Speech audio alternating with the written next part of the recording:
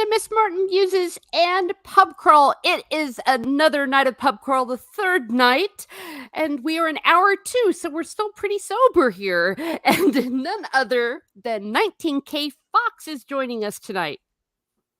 Hey, how you doing? Thanks for having me. I appreciate it. Oh, thanks for being here. So excited. We were talking a little bit about the Green Room, about the good old days a few years ago and how much fun we all had and during that crazy time. Yeah, it was funny. It was everything was so new back then. We were all kind of just starting out, and we talked about how had a couple hundred subscribers, and then you'd get like 40 views on a video, and it was a big deal. And that was just so much fun. But just meeting each other, and just kind of that interaction and making friends and talking, geeking out about stuff. It's something. It's really kind of cool to meet somebody who is as intense about a subject as you are, because usually, I mean, especially when you get a little bit older, you don't find those people just in your day-to-day life. So it was really, really cool to begin to meet those friends. That was awesome. Yeah, good times. And speaking of which, one of them is here in the chat, is none other than Steve Kenobi. Big Yeah. buddy. Hello, Teresa and Fox. Do hope both of you are doing well today, and you all are yelling at each other here. Oh, check this out. That bastard keeps making me want to buy all kinds of video games I can't afford. Guilty as charged, my friend. Guilty as charged. Yeah, I mean, amazing stuff. You're killing it on your channel. For all of you coming in or listening on the replay, 19K Fox has the most badass videos, live streams about these arcade games that you're buying, building, selling on the black market. I don't know what you're doing, but you've got an amazing collection. Thank you so much. I appreciate it. It's a combination of some of these arcade recreations. This company called Arcade One Up has decided to kind of remake some of these. So it's a combination of that and then like real arcade games that I have behind me. So there's some modifications and restoration, and it's just a lot of my OCD getting to take hold and really focus on details. So it's just a ton of fun. So I'm enjoying it, and it's awesome to see that people are out there in the community and they're enjoying it also. So it's a great time. Win-win. Yeah, exactly. And as Steve says, it's good to see your channel doing so well. Well earned and well deserved. Now this, I was there when Fox rented Sorest Rump by accident. Talk about a blast from the past. It was horrible. I wanted to bring it back to the guy, but he just wouldn't let it go. I was trying to be discreet. I even offered him a little extra cash to just sort of take it. But no, he wanted to make a really big deal about it. There was a line behind me. It was incredibly embarrassing. And, I had to talk to the manager who was related to Stieg, and that conversation didn't go any better. So I just had to leave the rental store with an embarrassing look on my face, and it is what it is. Yeah, and that was back in the good old days where there was shenanigans and lots of improvs you all used to do together. Yeah. And Sorest Rump was one of the classics. It's friggin' hilarious. That was all Stig. I was sitting there reacting to his just outlandish, like every time he would just say something, and it was absolutely great. Just one example of all the fun we used to have back in the day. Mm-hmm. Yeah, lots of classics. And the Mrs. Sassy Sasquatch is here. Great to see her. I think about The Wind Did It. That's another thing we still say. The Wind Did It. Woo. Ooh. And Lethal Lightning with the cow wife or something. Yeah. Oh no, he was the lawyer. You can't. Some of it can't even be explained. You just had to be there. Yeah, and he's like, I don't want to kink shame. But yeah, exactly. It seems like acting made it watch. Well, those are great, and there's fantastic. And so, yes, everyone, I do have the link here in the chat. Please give him a subscription and see his awesome arcade games and how he builds them all. So much fun. But what 19K Fox chose to talk about this evening is pop culture and its lack of creativity. I'm just going to hand the proverbial microphone over to you and let us have it. What's going on? It is such a complicated topic. It was a wave that I think a lot of us were riding at the time of, really The Last Jedi. For a lot of us, for those that love Star Wars, that was the catalyst that really prompted us to really get involved and talk about this. And we all had different sort of angles and opinions, and severity of opinion, intensity of the Mhm. opinions. I was of the mind, probably just naively so, that if I could get my voice out there, we could all kind of get our voices out there together, and maybe we could affect some sort of change. And it just never happened. And so, it sort of bore the fruit that we all thought that it would. It was one domino falling after the other, and it was kind of, I think I used the analogy before you and I went on, of the rich kid that inherits a bunch of money from his parents or grandparents or whatever, and they don't know what to do with it. They didn't earn it, so they just blow through it all, spend it, waste it, and they have absolutely nothing to show for it. And that's what we've seen. There was a time when some of these issues could have been corrected. We could have had little bumps in the road. We had, Captain Marvel, but for the most part, the MCU was intact until Endgame. I mean, for the most part, you can look back at that, and 95% of it was just great. We enjoyed it, and that ride was awesome. Star Wars was sort of the same way. For a long time, it was sort of kept intact. It was preserved, and you could say the same thing about Star Trek and so forth and so on. All these other different, pop culture specifically, those fandoms, those worlds that were built by very unique and creative minds, um, eventually become bought and sold. And we've seen them just deteriorate because they didn't know what they had. And when they got the franchise that they paid money for, they wrote the check, they didn't know what to do with it. And they didn't have a unique idea. They didn't have a specific sort of perspective. Mhm. They just wanted to, okay, well, let's just tell the story I wanted to tell anyway, just within this universe. And it feels unnatural, and it feels like an ill fit.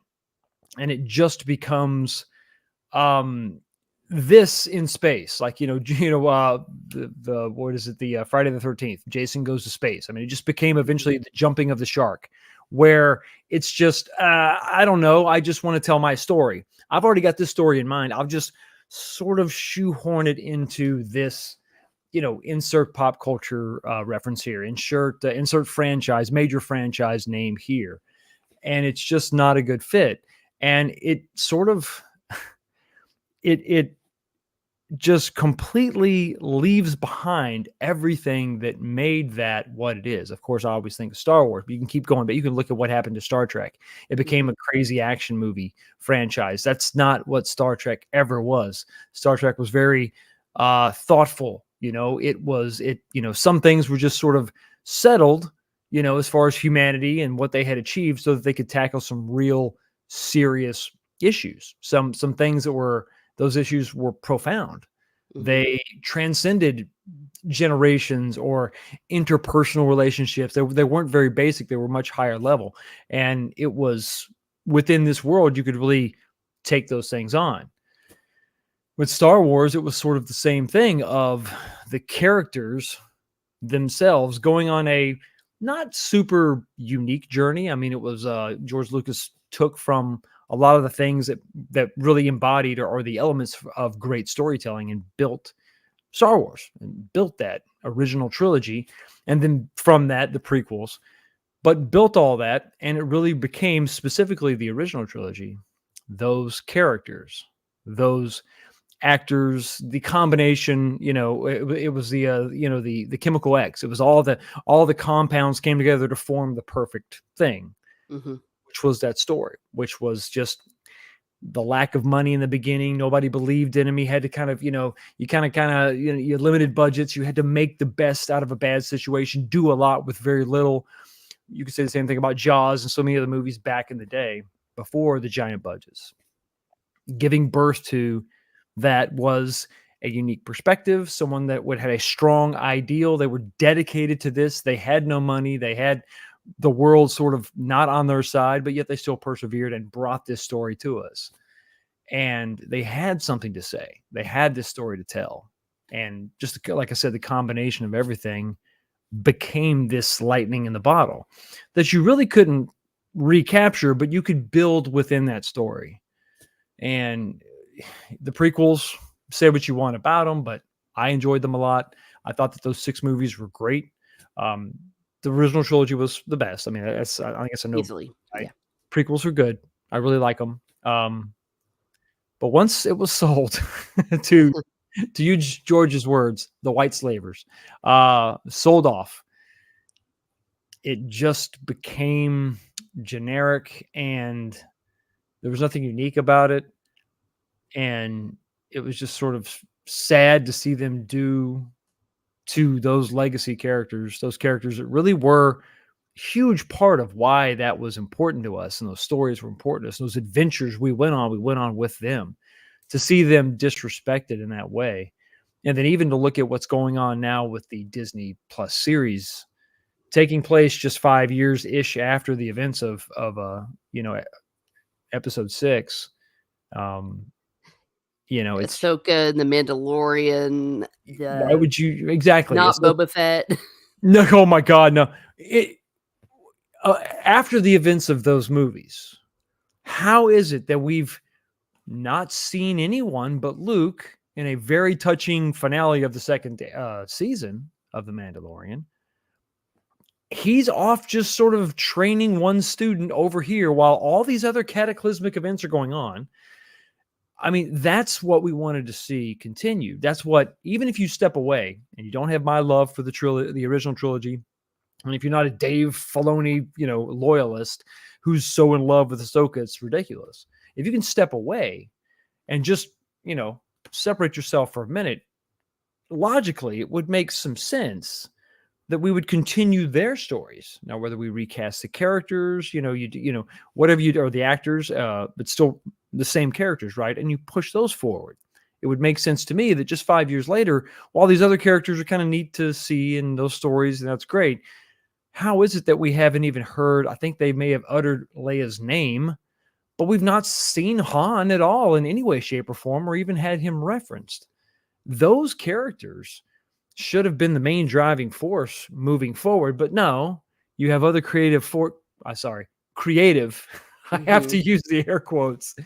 Creative forces that had their own story they wanted to tell, and they were going to tell it no matter what they were given, what time frame, what franchise it happened to be in. They're going to continue their story, just leaving aside everything that happened before.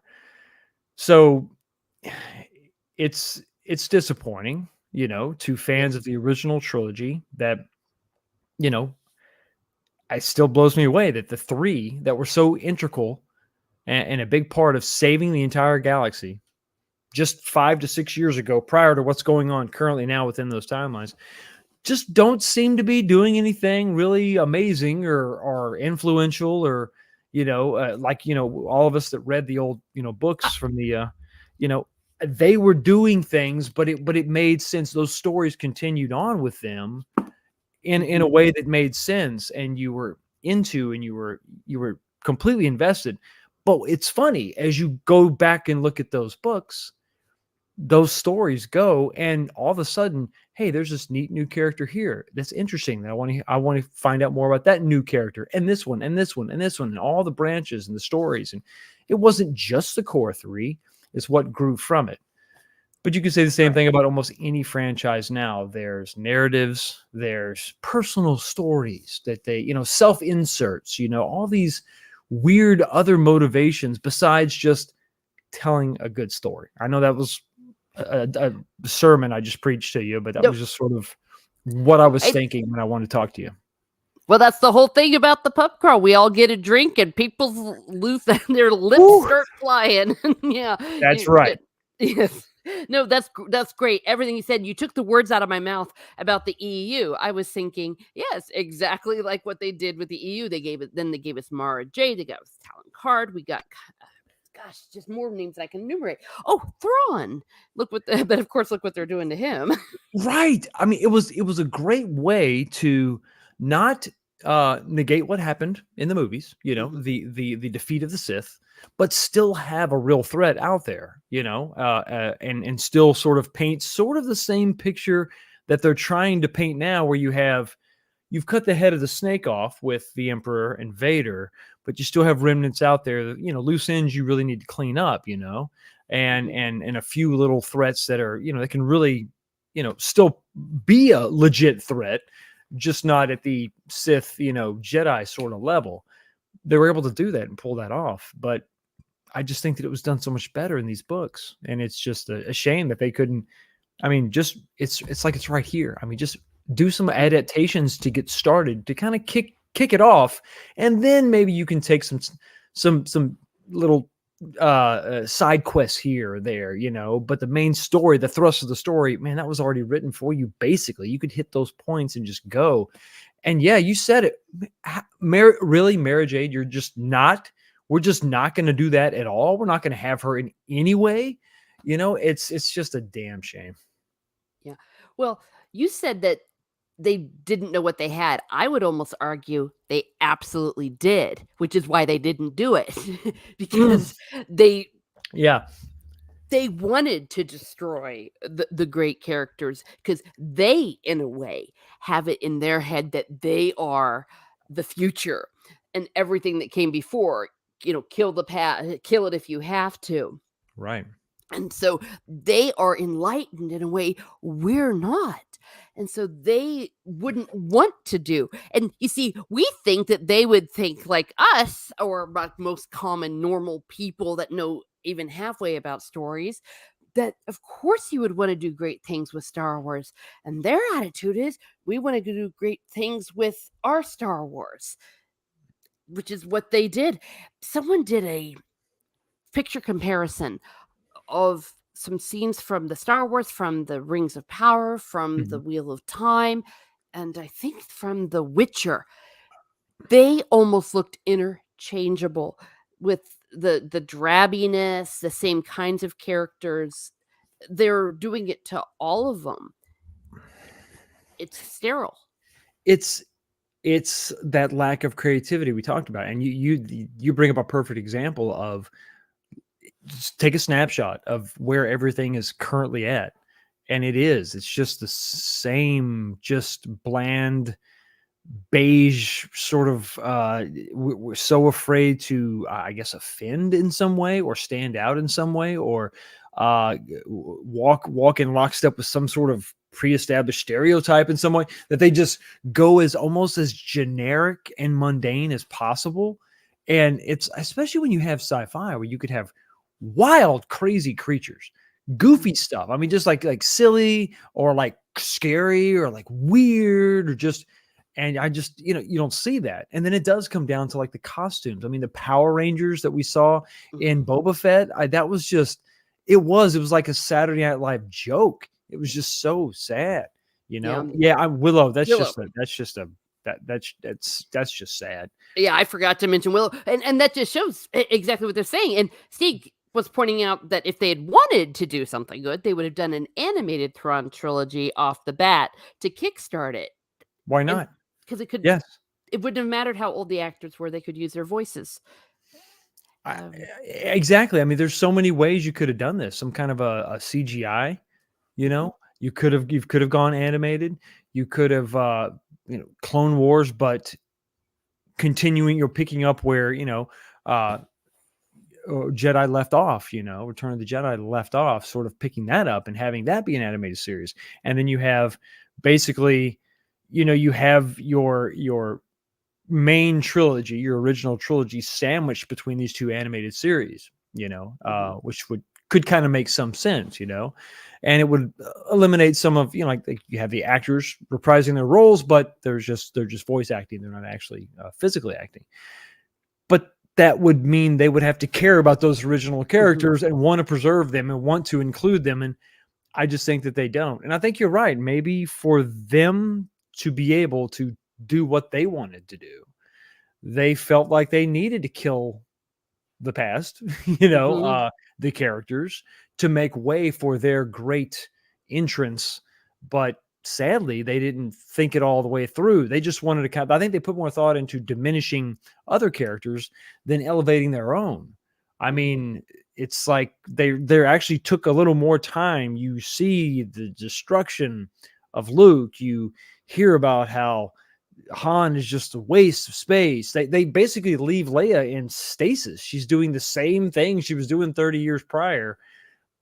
But when it came to their characters, they put no oh, she's just the best. Well, how? Well, but she just is. It's weird. It's almost like they were taking more pride in destruction than creation. So I guess to your point, you're probably more spot on than I am. Well, we all have our certain opinions to put them on the couch. Stieg is saying the reason why they're so empty is because they are so by design. We have a narcissistic audience can use them all as self-inserts, putting themselves into an empty character. Though I don't think that's on purpose. I think they're so narcissistic they don't know that that's what they're doing. They can't see it. Yeah. Yeah, but I would completely agree with that. And they don't understand why people have a problem with it. That's just what I think is so funny. It's like there's just a complete lack of understanding, which maybe gets to what you were saying in your topic about the lack of creativity. Like, why can't they do that? Why can't they, let's just say, create a Rey and make her as awesome as Princess Leia or even Luke Skywalker, or for crying out loud, even Katniss from the Hunger Games? Well, exactly. I don't know if it's because it takes time and they're impatient. They just want to rush, just do it and just be the best already. Because a lot of these characters can be a slow burn. And if you mess up along the way, you kind of ruin everything you did. But I mean, it's odd. They really are, I guess, impatient in every sense of the word, because that's about building something, right? Establishing something, building your foundation. If you want to say goodbye to the old characters, I've always thought that you could have had your cake and eaten it too. You could have had Luke, Han, Leia in points of prestige, sitting on high councils, not in the action, not in the thick of it, but you could say, yeah, there they are. They're great. They're in charge. They're doing their thing. They could be there for words of wisdom and guidance in certain situations, but not have them be the focus. And you serve both purposes. You honor the characters, who they were, their legacies, and then you set off on new adventures with your characters. You have the best of both worlds. It didn't really need, and the thing of it is that's, you could really kind of focus more on your new characters, because it's assumed that they're awesome because they were awesome, and so they're still awesome. So great, we're good. Okay, that's covered.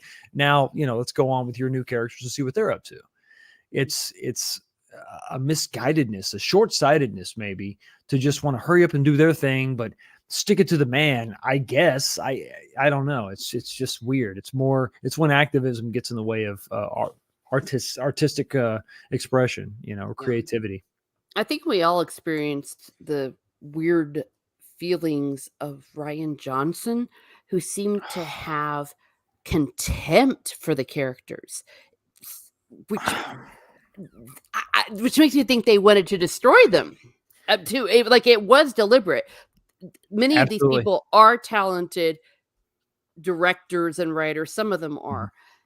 They actually hate these characters. And is it because it's putting a mirror up to? I don't know. I don't know how you could just look at Luke Skywalker and say, I want to show a story to show the world that the person they've liked for 40 years sucks. I remember I went on Drunk's show. He had me on. We did a live stream. I was one of the few in the community that went and saw Knives Out. Because Rian Johnson, we all hated him for what he did, rightly so. I wanted to go watch the movie to see. I had something in mind, so I saw it, and then I talked about it on Drunk's show. Of course, this is years ago. I said that movie proves that he's a competent director. He wrote it and directed it, so those were his characters. It was an interesting story. I think he pulled it off. I think, if you can separate yourself from the Rian Johnson hatred, which is difficult, I don't blame you if you can't. It's a good movie, and it infuriated me even more because, and I said this on his show, I said it was all intentional. It was all on purpose. It wasn't like, oops, I accidentally destroyed your favorite beloved character. It was all absolutely cold, calculated. It is what he wanted to do. I think some people just get off on that. It's like, oh, you got a hero? Well, let me just tear him down. Maybe they didn't have heroes in their life when they were growing up. I mean, if you had something so precious, you would not be so quick to tear someone else's hero down. It's like I don't taking a know. girl's doll and Right. ripping the head off, but it's Yeah. a grown up doing that. Steve is pointing out, yes, this is true. That what RJ did was actually Filoni's suggestion. It was Mhm. true. Filoni was behind a lot of this, but he was the one that executed it and used his director's talents and the glee he had in those interviews when he's talking about, hey, I'm doing this to Luke, and you see Mark Hamill wanting to vomit next to him and like Breaks looking my like he's heart. ready to jump off a cliff, I and know. he's enjoying it. Mm. That's the aspect of it that All the was videos very we saw disturbing. where Mark tried to tell us, those 50 times Mark Hamill tried to tell us he tried to warn us. It's so heartbreaking because, I mean, come on, of all the people that cared about that character, and we all cared about that character, but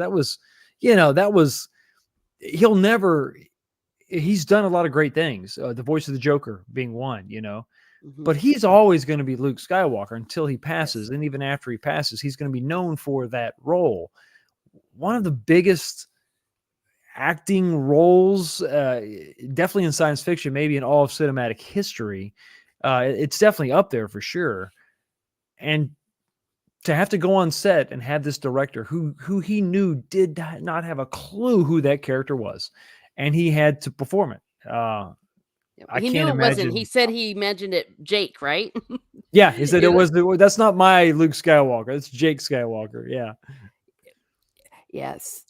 He had the glee. He had some sort of hatred. My theory is that someone that looked a lot like Mark Hamill, one of those jocks, beat him up in the locker room He's like, I'm and going to show him. Yeah. yeah, flushed his head down the toilet, so he's getting revenge on all the popular kids. Because probably Harrison Right. Ford was like a popular kid, and so Yep. was Carrie Fisher. The younger ones, though, the ones that are now with their mitts in all these stories, I wonder if part of their lack of creativity is that they have not been grounded in great art, great cinema, great music, great literature. So if they don't know what a good story is and they've made their way into these ranks because of what they look like rather than their talents, they've not been fed. I And think. so they Well, can't feed us. I think you probably hit on something really profound. I mean, have they been students of theater, of storytelling, of all? Have they ever been able to separate themselves and read something or watch something that maybe they weren't 100% in, or didn't jive with, but they could partake of it as a study?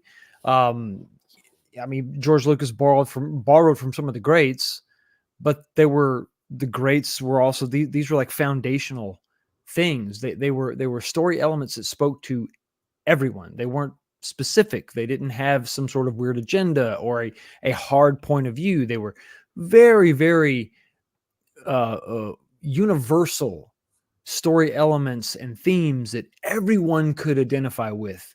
Wanting to be the princess, wanting to be the hero, wanting, the father, the son. I mean, all these sort of things. The epic swashbuckling adventure. The pirate ship. Millennium Falcon. All these things. I mean, it was just the adventure. That was something that really spoke to the majority of human beings on the planet. It really didn't need to be something so specific where we're actually getting down to someone's orientation and sexual preference. And it's like, that's, you're so macro, you're so small. If you could open it up and you could see you want, I would think so, as a storyteller, reach the majority of people. And you're not going to do that with such a narrow focus. It's just kind of, I think to your point, you're exactly right. It speaks to someone who maybe isn't quite educated. Yeah. Well, how many of those writers do you think have really studied Hamlet or read the Dante's Inferno or even Jane Austen? They did a recent adaptation of a Jane Austen novel that was completely like everything like we've just been talking about, vomiting all over everything that Jane Austen was and what Huh. she wrote in her work. They don't know the literature, they haven't studied. And the reason why these things were so popular all over the world, people say, oh, Star is just the original just had no diversity. It's like, for something that had a lack of diversity, it sure had an appeal to a hell of a diverse audience. The entire planet got into it. But the people now aren't getting into it with a quote unquote more diverse audience, I think writers. I think when you speak to character traits, Mhm. things that are admirable or things that are evil, good and evil, evil, some things maybe they're detestable, and you find out what those things are and you put those in your characters or find characters that embody those things, then that is something that instantly everybody, any human being can identify with. You Mhm. can you can identify with that portion. You can see yourself as Luke Skywalker. Doesn't matter what sex you are, doesn't matter what your race is. That doesn't matter. You're identifying with that sense of being young and wanting to go out on your own and go out on an adventure and take on the world, and then finding out you're not quite ready, and dealing with that and struggling with that, or seeing Darth Vader and knowing that he's scary, but man, he does look freaking cool. And and Mhm. just that, those character traits, not so much super specific. And it's, once again, it's probably that lack of just experience, to all different types of forms of artwork. I mean, look at Rachel Zegler. Oh my The, goodness. can you believe the you've been hired to do a remake of a classic animated movie, and you're one of the first things you do in interviews is to trash the original material. I mean, just be so dismissive of it. The thing that was, I mean, come on. I mean, just for a second, if you could just think about when they were made, how Mhm. far before your lifetime was this going on, and the trails that blazed, and being the first major animated film, and looking at the storytelling of just break it down. Maybe you don't like the fact that he kisses her, or she eats the poison apple, or whatever. I mean, I don't whatever things that you can't necessarily get your head around. But if you can step back away from it and just look at the overall, the story, the good, Mhm. the evil. I mean, the good. It's good for a man to want to come to the rescue of someone in danger, whether that's a male or a female or whatever. That's a good thing. That should be encouraged. To Yeah. just be as dismissive as that person. I mean, that just shows like a real immaturity. And I can't believe her Yeah. agent lets her speak. Well, I think that maybe they weren't very happy with her because but to be fair to her, I can see her saying, "What I do? This is what you've all been encouraging me to do." True. And and I like that you said that she didn't get into like the deeper meanings. First of all, Snow White, this is a tale that's hundreds of years old, and it is rife with symbolism. It's not just about a prince waking up a woman and kissing her. The symbolism behind that, the symbolism behind the poison apple, that even the colors that are used in the way these tales have been passed along, they have deeper meaning. It's not just on a shallow level. And the fact that she just seemed to think, oh, this, oh, that. And the whole idea of laying down your life for your beloved. There's no greater Oh, love than that. there is no greater love than that. And it's Whoops, I just quoted scripture. Ouch, I but know I you did it. did. Well, that's and maybe for those of us that have some religious background, we've grown up in this thought process of, it's not just the words written. It's the deeper meaning. Mhm, What's the meaning behind the words? It's not just it's the parable, but what's the meaning of the parable? It's speaking to something higher, speaking to something different. You can say the same thing about some of the art. It's the same exact thing. They're telling a story, but there's symbolism in it, because I think that the original storytellers, were trying to transcend just the specific story they were telling, right? Because they were talking mhm, about themes, universal themes, things that are good and to be sought after, things that are evil and should be despised. And seeing, I mean, just something as simple as the dwarves, how coarse and rough they are to her in the beginning, and they're just, and then they warm up to her and they love her and they try to defend her, and it's that call to, and it's that change within them. I mean, just if you just look at those characters and what they do, they're not just silly, dumb little cartoon characters. They go through a lot as well, and there's a lot that can be taken from that if you can just sit back and watch it and I don't know, use your brain a little bit and kind of give it some thought. But I don't know, maybe it's just me. Well, no, it's not. I'd like what you say about good and evil. These tales were also to teach us these things. They weren't trying to teach us all stepmothers are evil or any of this stupid stuff. It Don't eat was, apples. Yeah. yeah, and same thing with Hansel and Gretel. There Mhm. were hidden meanings or meanings to teach children, but not just children, even adults. Morality tales. Don't beware of the big bad wolf. Right, right, Y- right. Cautionary tales, you know. I mean, mhm, it's there was lessons in all this stuff because back then, and you know, you got to really think when they were being told. I mean, they were told around campfires, you know, no electricity. I mean, this was entertainment that had to be dual purpose, you know, and mhm.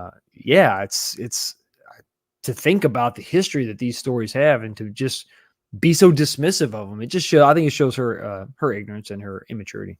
Yeah. Which is symbolic of, I think, a generation that is now coming of age and entering the creative field. They're just incapable of it. As Steve says here, junk made versus homemade meals made with love. And Yeah. yet the strength of the protagonist is measured by the threat posed by the antagonist, correct? Mhm. Not to mention, when I'm thinking about the overall themes of Star Wars, while you have the hero's journey and all that, at the end of the day, it was a story of father and son Yes. Yeah. and the redemption, the father making it right.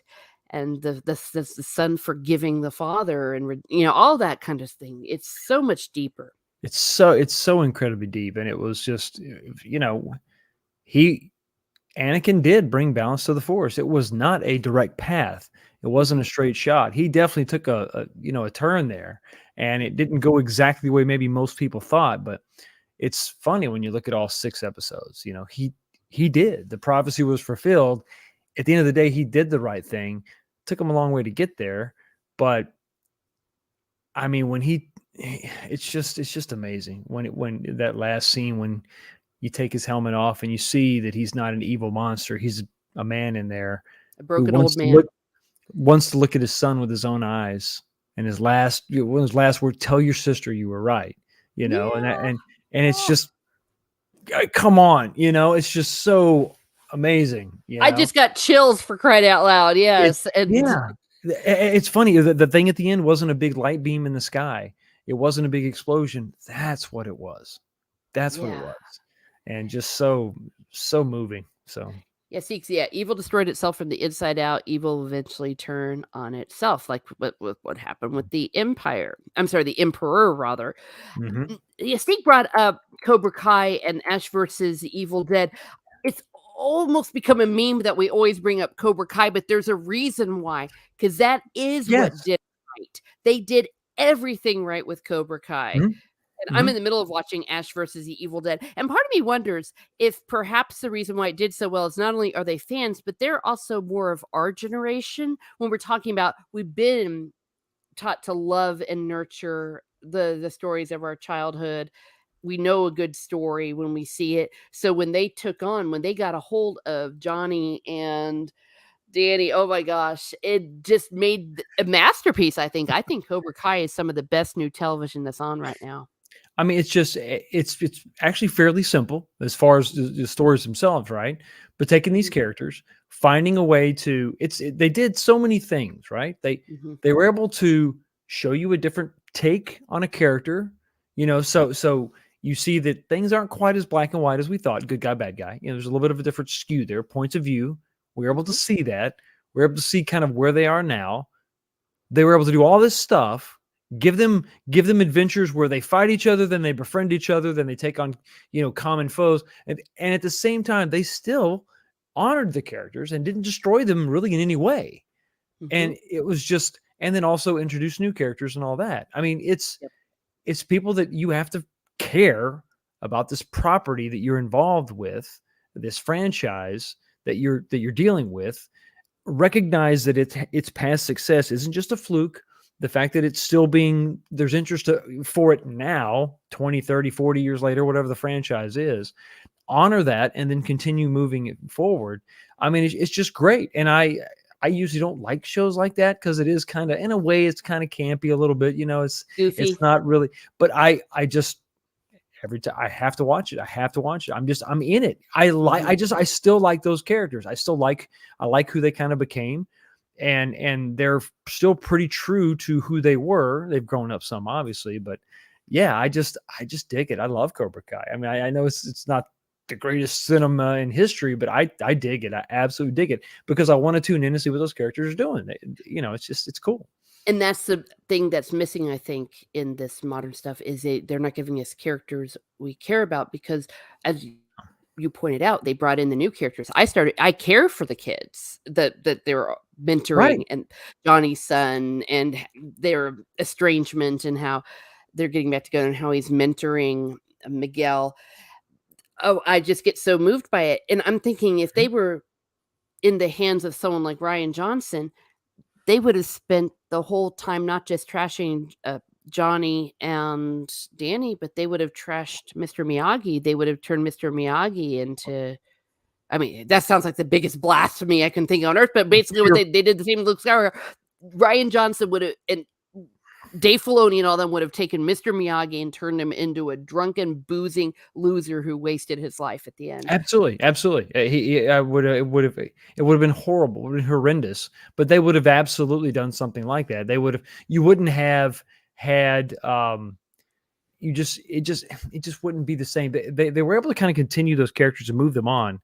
And John Kreese is still a threat, even though he's much older, But I think if Ryan Johnson would have found a way to even diminish and demoralize, and cast him off to the side, probably wouldn't have even bothered recast or bringing him back, bringing that actor back, would have just had some new weird current generation bad person, bad guy, bad something, whatever, I don't know, and intersectionality would have been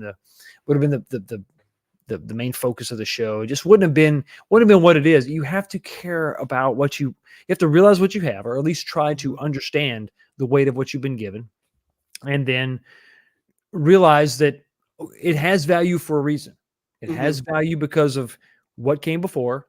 Honor that, preserve that as much as you can, within the context of time and all that good stuff, and you got to be sort of realistic. It depends on the universe you have or the story you have. This was in real life, Karate Kid was, so they didn't have like superpowers, nothing crazy like that.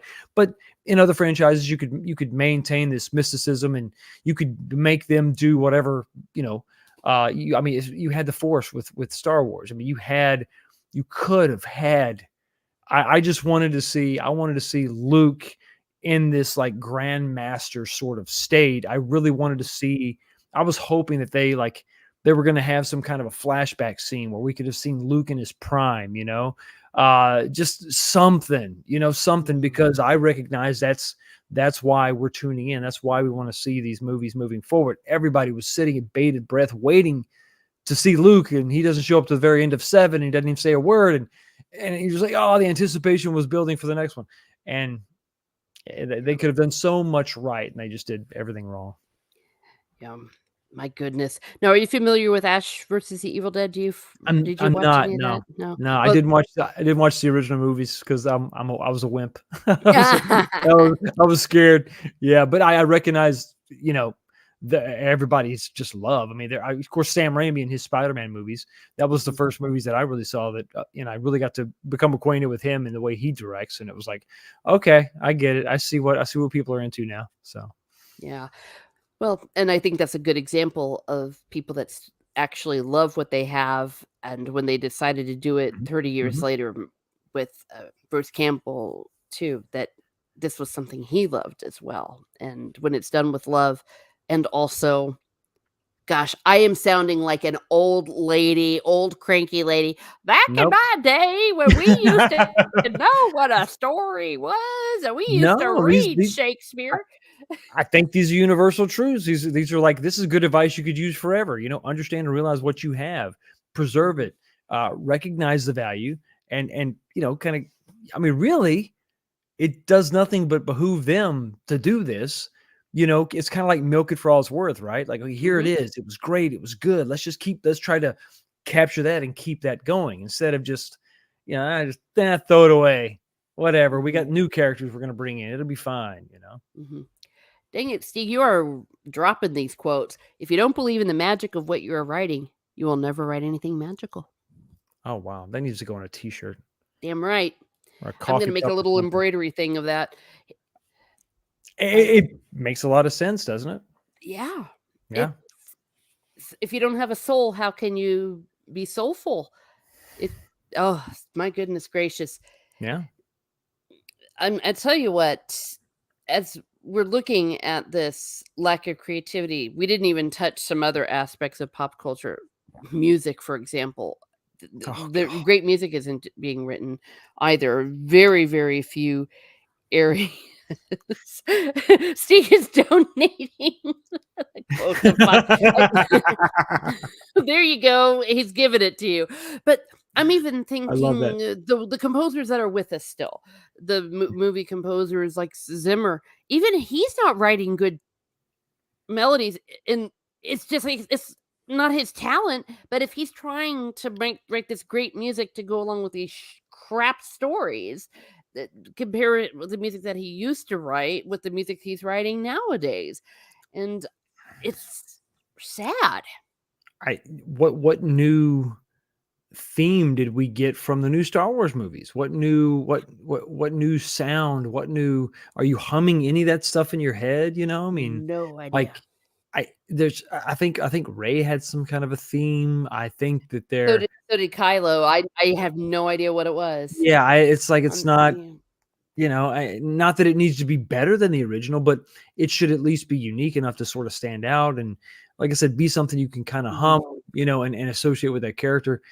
I don't know. I'm just not really seeing Yeah. it or feeling it. And I mean, yeah, I mean, music, are you kidding me? It's all manufactured. There is some soulfulness on, like, some of the folk singers and some of the country singers Mhm. that are trying to sort of return back to their roots.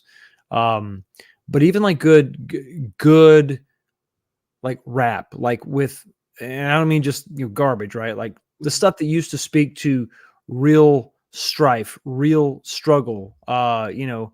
Tupac had a song about his mom, like, Mhm. where are those type of thoughtful, meaningful sort of songs? It Mhm. just seems like it's just, like I said, it just feels like it's manufactured. It's like it's all spam. you Mhm. know? Yeah, precisely. Oh, gee, and it's so sad. Mhm. Yeah. I just have to lay this out. When John Williams writes a tune that you don't care about, you know that we're fucked. I mean, Yeah, it's it's not good. no, It's I mean, he's the man that gave us some of the greatest film music ever, Mhm. and oh, it just is what it is. Well, before we go into our Rule 7 portion, I always like to open up the microphone again as I'm pouring you another metaphorical drink. Well, you're a bourbon drinker, correct? Oh, absolutely. Yes, ma'am. Okay, so what did a Woodburn double barrel oaked one, or which do you prefer? Sounds good. I So, like, Basil Hayden is pretty good. Single barrel. There's a really good, it's not, I have a 10-year that's pretty good, but they have a 7-year. It's called Toast. It's got a little bit of a mhm, caramel sort of mm, flavor to it. So it's really good. It's really good. Not super ok expensive either. Not super cheap, sort of kind of in the mhm. middle there, but that's really good. Yeah, back in my days, I drank Knob Creek. I would Oh, make always good. Manhattans, Yeah. not Manhattans with Knob Creek. So, well, I'll give you some Woodburn, and then maybe later I'll make you a Manhattan. But There you go. yes, Steve's pointing out about the music. I always like to open up the microphone again if there is perhaps a solution that you have not already brought up, or if anything else concerning this topic you just want to get off your chest and let the planet know, damn it, this is your time.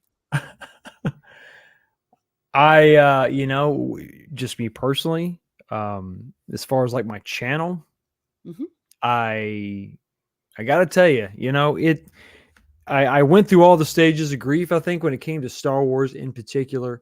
but I think a lot of fans of different franchises probably went through the same sort of thing.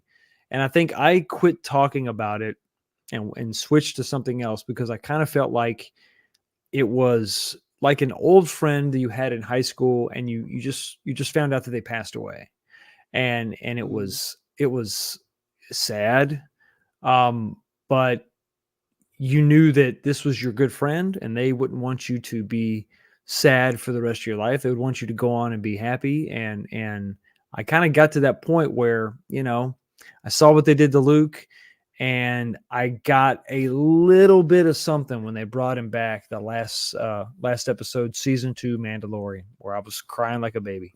Um, and I think that was like, you know what? That was my closure. That was like it's I think I'm done. I think I'm done with well, I know I'm done with this new stuff that they call Star Wars. My movies are still intact and they're still there and I have those memories, but I think that if I could just send out a message to all of the creatives, Hollywood, whatever, crank down the machine on all these franchises. I'm not saying completely give up forever, but wind it all down. Wind it all down and just come up with something different. Just something different, something new. Make it your own. Start something from scratch. You're going to have a lot of misses. That's the name of the game. Low budget, give them a shot. Maybe something will catch fire and then build upon it. But it's got to be based on the things that made some of these old franchises great. It's got to be based on universal truths and universal uh, uh, story elements, emotions, situations that anybody on the planet can find themselves in. Quit making it so specific. But I think they won't listen, and they'll begin to fall apart, and they'll just beat these horses until they're dead, and continue to beat them some more. The creativity is happening on the fringe. I think there's a lot of great shows on like Netflix, and some other streaming services that are trying different things, very story focused. Me and my wife are watching The Sinner. Bill Pullman is a detective, and it's just seasons and their stories, and he's the main character through, I think it's 4 seasons.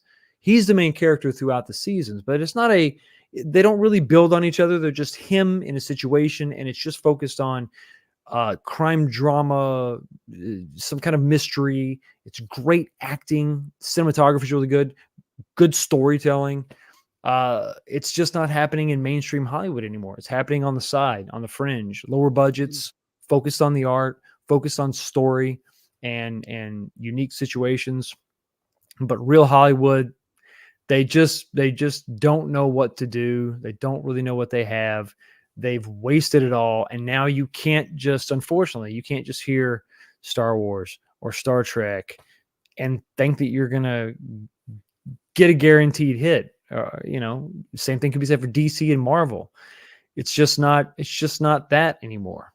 It's not. So you don't have actors that are huge draws that can bring in the money and bring in the audiences. It doesn't work that way anymore. It's really not just these big names either. Unfortunately, you're just going to have to go back to the drawing board and really just work hard.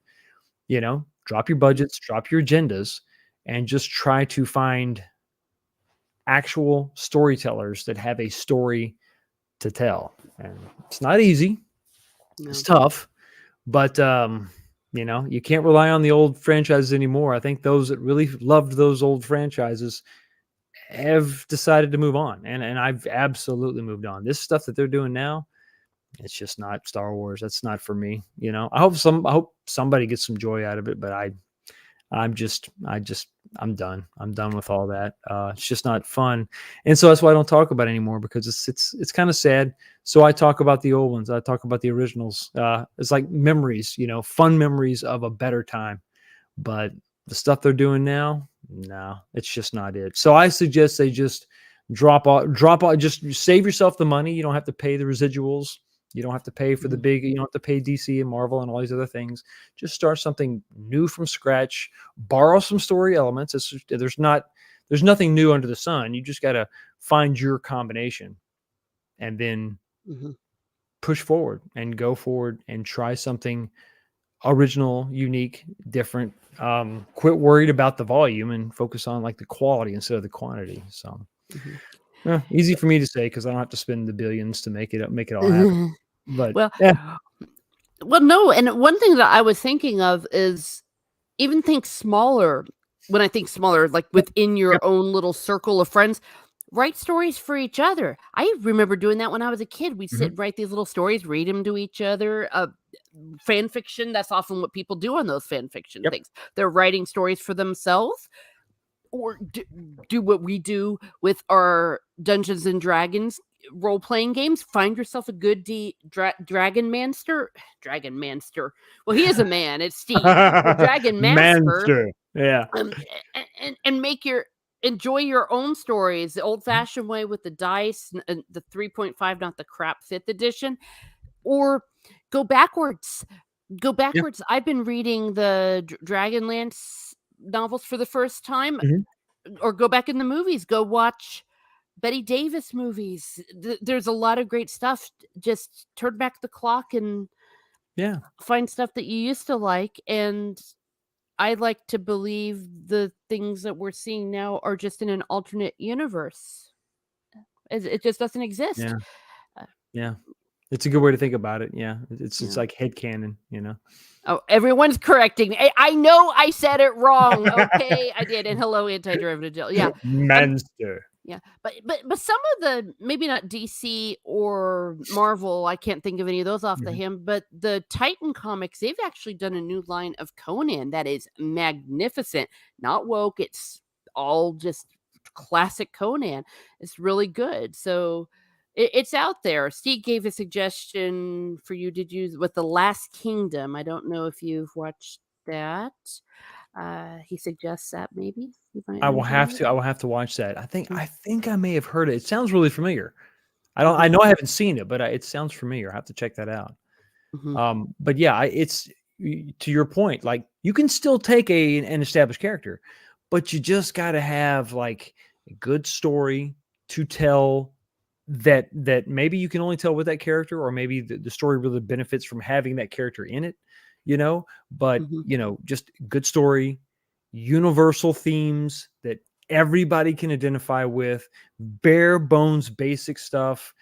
Don't put any wokeness in it, or really you don't even want a lot of specificity because you alienate people if you get too super specific. Mhm, Make them more just not generic, but sort of like I said, universal ideals mhm, to strive for, or universal evils to hate.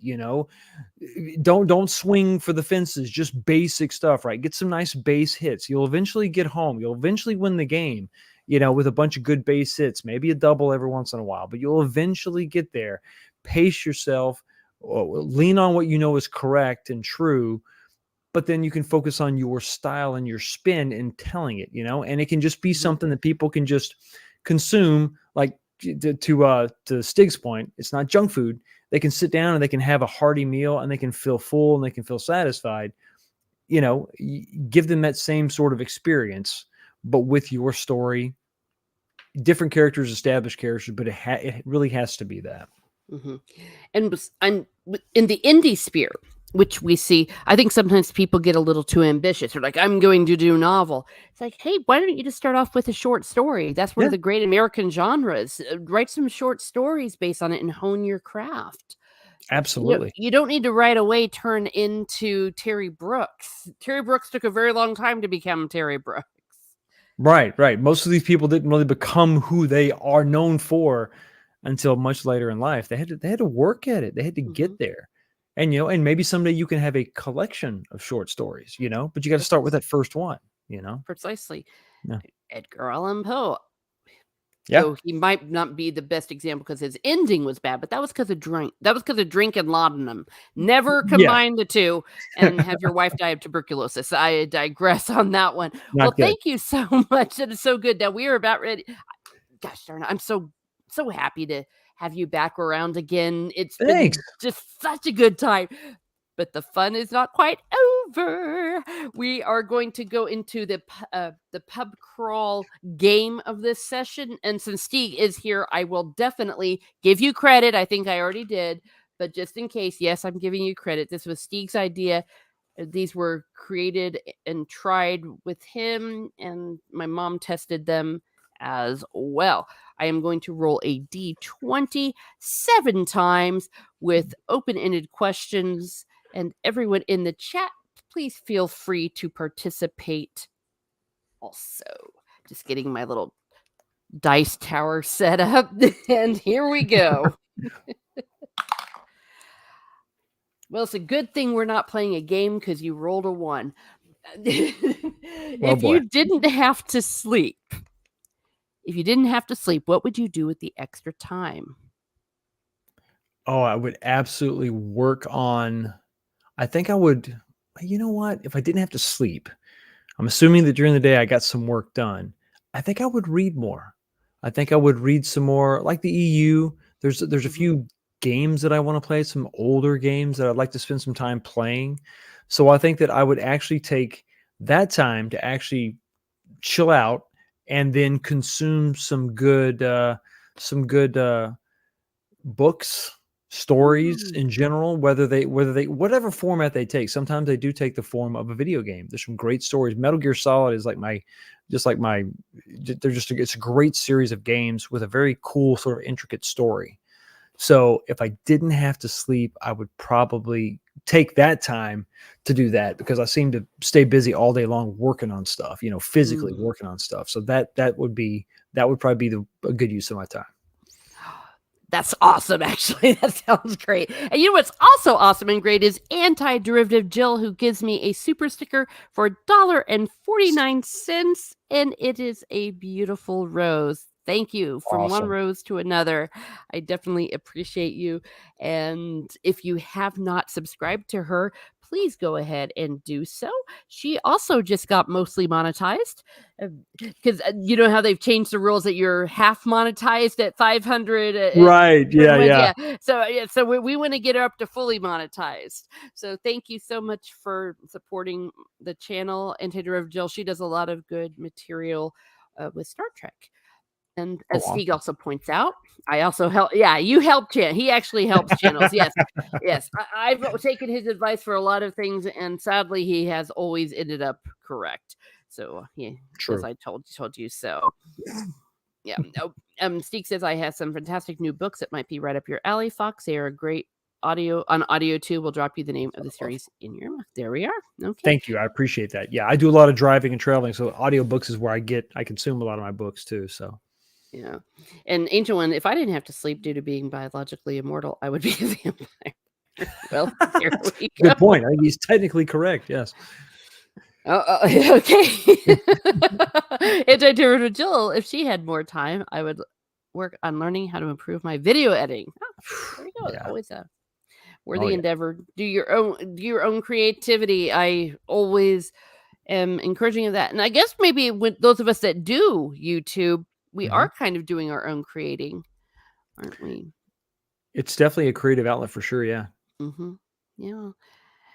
Oh, there you go. Oh, so Steve remembered. There you go. Yes. Okay. Yeah. Nice. Second roll. Ooh, you rolled a 20. Dang, you went from sucking to great, but this is not a D&D game. That's awesome. Let's roll good to see if you get a critical. No. All right. Number 20. What fictional character do you wish were real? Ooh, what fictional character do I wish were real? I guess Santa Claus. That way you could just get whatever you wanted every year. Are you saying Santa's not real? How dare you? I know.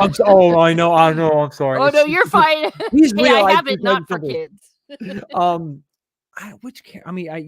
think like your heroes, fictional characters, like what about a I don't know.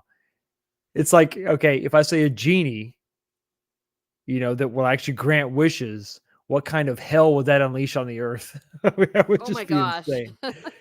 That would be crazy. Man, that's a really good question.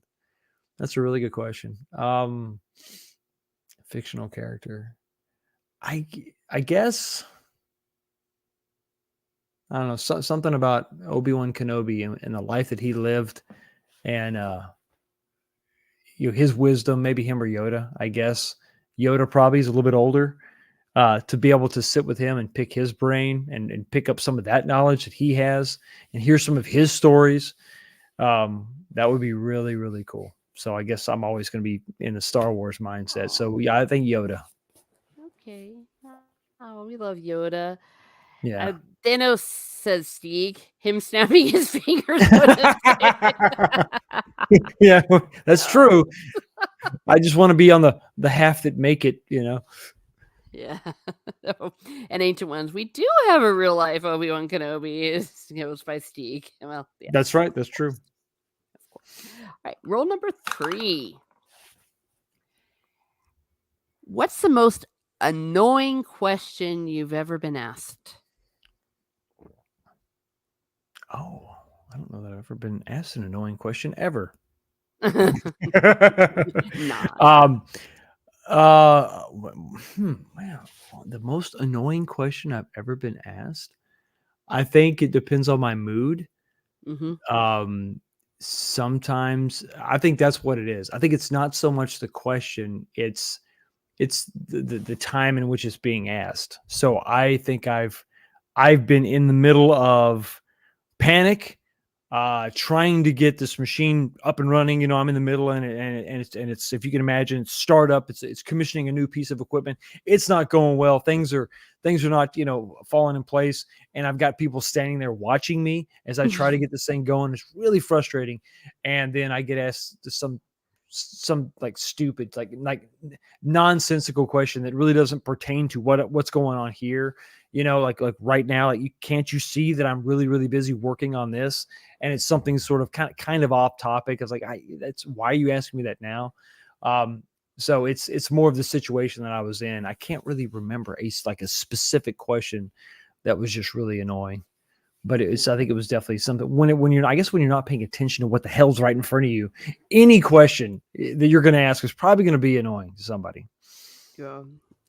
Well, in that context, I've seen this happen before where, do you need any help? Someone comes and leans over you. You think? Could you tell by the sweat and the profanity that I might be in need of some assistance here? Yeah. Steve says, mine is, do Norwegians use Dutch money? Someone actually asked him that once. Poor man. That poor man. Oh, no, I know what it is. I know the question. You've just hit your thumb with a hammer and somebody said, did that hurt? It's like, no, it felt No, fantastic. I do it all the time. For fun. I just smash my hand. Yeah, exactly. Oh, dear. Okay, on to number 5. It is 5, right? Yeah, because that was 4. Okay. 4. Yeah, 4. Okay. So, where do you feel most out of place? Oh gosh. Probably standing in front of a big crowd of people, and it's like it's some like really formal event. Maybe I'm giving oh, I know. When I'm standing in front of a group of people and I have to talk about something I haven't prepared for. Oh. That's rough. That's rough. I feel better about being in crowds, generally speaking. But I'm definitely the most comfortable, like at home, in my shop, or in my arcade, or or just tinkering. That's where I definitely am at the most, my most calm, is when I'm just sort of into my little project doing that. I'm sitting here and I know that everything is good and the family's good and everybody's taken care of. And this is my time to just kind of relax and tinker. So the polar opposite of that would be dressed up in front of people, trying to talk about something that I either haven't prepared for or I don't care about, Yeah. No, that makes perfect sense. Steve's, you're never going to live this down, by the way. In Blockbuster, returning source. The worst. Yeah. That's only the second worst because so many other people found entertainment from that. So that's good. Very good. And an Ancient One, did you give Sorcerer to your dad? I'm still trying to take it back. I keep going there, and Stig is still there. I mean, it's like he's always at work. I'm trying to catch somebody else at the register. Eventually, I'll take it back. I don't know. There we go. Oh dear. Okay, roll number 5. What is the one thing you can't live without, but it can't be a loved one or Jesus? Ooh, coffee. Ooh. Coffee, because everything else, it's like I've got, I've got clothes that I can wear something else. I've got, food and water and all that. But it's like I have to like to start the day. Sometimes to get through the day. Sometimes to stay up later in the day to get something done. Mhm. Coffee, Oh, gotta have. I I agree 1000%. I have to give blood tomorrow morning, and I Oh, can't eat or drink anything after midnight, and oh I'm no. already dreading it because I know I'm gonna have to get out of my bed and not get a cup of coffee. So I would agree with that too. Yeah. Oh, I hate that. I hate that feeling because that's how I start my day. Books. Yeah, Oh, food for brain and soul. Yeah, that would very be good. hard to live without. Yeah. Yeah, someone once tried to say, like, my mom or my husband, and it's like, "Okay, wait, Yeah, it can't be a cheating. loved Yeah, one." yeah, it Because can't be that. Exactly. well, and just because the others that would choose something else were like, "Oh, I guess I'm a terrible person because I didn't choose my wife Right, or my husband." exactly, Yeah. yeah. So that's I should add that to the script of the It's a caveat. question. Yeah, a caveat. All right. Let's see. Number 6. Oh, we've already had that one. You had that one too. Get a lottery ticket. What's your favorite excuse when you are late?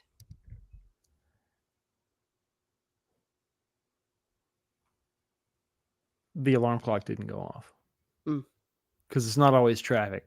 So sometimes I'm like getting to the truck to meet the guys to go to the job site or something. So yeah, mhm, stupid alarm clock. I end up saying it a lot, and I mhm. think they know I'm lying. I think Especially they since I don't figured, even yeah, sorry. they're on to me. I don't even know if we use alarm clocks anymore. I don't. My phone, my phone. I forgot Yeah. to set my alarm on my phone, or I Yeah. had it on silent. Oh, that's what it is. I think that's the go-to. My stupid phone. I had it on silent. That's a good one, Damn it. actually. I'll try that. All right. Last but not least, rule 7. What would you do if you were the only human on Earth?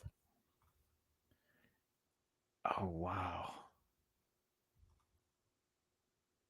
I don't know. Cry because I'd be so bored. Oh, Um, I would, man. Well, I think I would visit. I would go to Disney World and not have to wait in line. Go to Universal Studios. I would travel everywhere. Of course, I'd have to learn how to fly or just you know pilot a sailboat. boat. Maybe I don't know, but um, man, Hmm. I don't know. I think I'd probably just I would just I would shop unabated. I would Hmm. get I would go get all the stuff that I need and go back to my house and just work on my thing, work on my project. But yeah, I can't imagine a lonelier existence. So that would be rough. But I think I would see as much as I could see, knowing that I wouldn't have to compete with anybody. I wouldn't have to worry about awkward situations with people. I would just go and do whatever. I'd see as much as I possibly could, and theoretically I should be able to see more than anybody because there's nobody else around. So Darn right. yeah, Yeah, and no yeah, one in your way. I like the exactly. idea of no I lines. could Like go and that. come back and that's it. Yeah. Steve says, I would plunder every home and collect all kinds of stuff, action figures, video Ooh, games. that could be cool. Yeah. Yeah. Ancient One, I might as well declare myself as Emperor of the Earth at that point. Yes. The God I'd have Emperor. I'd have a really sweet house, that's for sure. Oh, yeah, get myself a big ass mansion. And Oh, oh, yeah. this was from the previous one about the excuse. Give half an explanation and golf lots and hard and move on as if you get a good explanation. I don't know if that one will go over. Oh dear. Yeah, it's fine. Yeah, that's good. Okay, and that is the last of it. Well, once again, thank you so much for coming on. It's so good to talk to you again. Thank you, I appreciate it. Thanks for having me, I appreciate it. It's Oh, fun to talk about this stuff and not arcades, and kind of go back to, some the stuff that old really, school. I'm still very, very passionate about it. Mhm. Sure. Well, I'm glad we were able to get an outlet here for you. Tell everyone where they can find you. So I am over on the 19K Fox channel, formerly of the Star Wars Persuasion, but now we're talking about arcades. So if you're interested in home arcades, classic arcade games, some of the new stuff that's coming out from other home arcade communities, companies, just swing by the channel. I'm live every Sunday night at 8 o'clock Eastern Standard Time. Spend an hour talking about stuff and a lot of interaction with the chat. So stop by, say hi. And once again, thank you so much for having me. I appreciate it. Okay. Thank you. And yes, thank you, Ancient One, for putting the link in the chat. You're a fluffy fox who's taken human form and who's all about arcades, pinballs, and old school video gaming. That's it. That's it. Right there. Okay. Thank you. And thank you, Steve, for being here. We had anti-derivative Jill, Mrs. Sassy Sasquatch, and loads of people I was seeing coming in and out, and those that will be listening on the replay. Thank you. Have a great day, everyone. Have a great day. And be certain to find yourself some good and solid entertainment to feed your soul.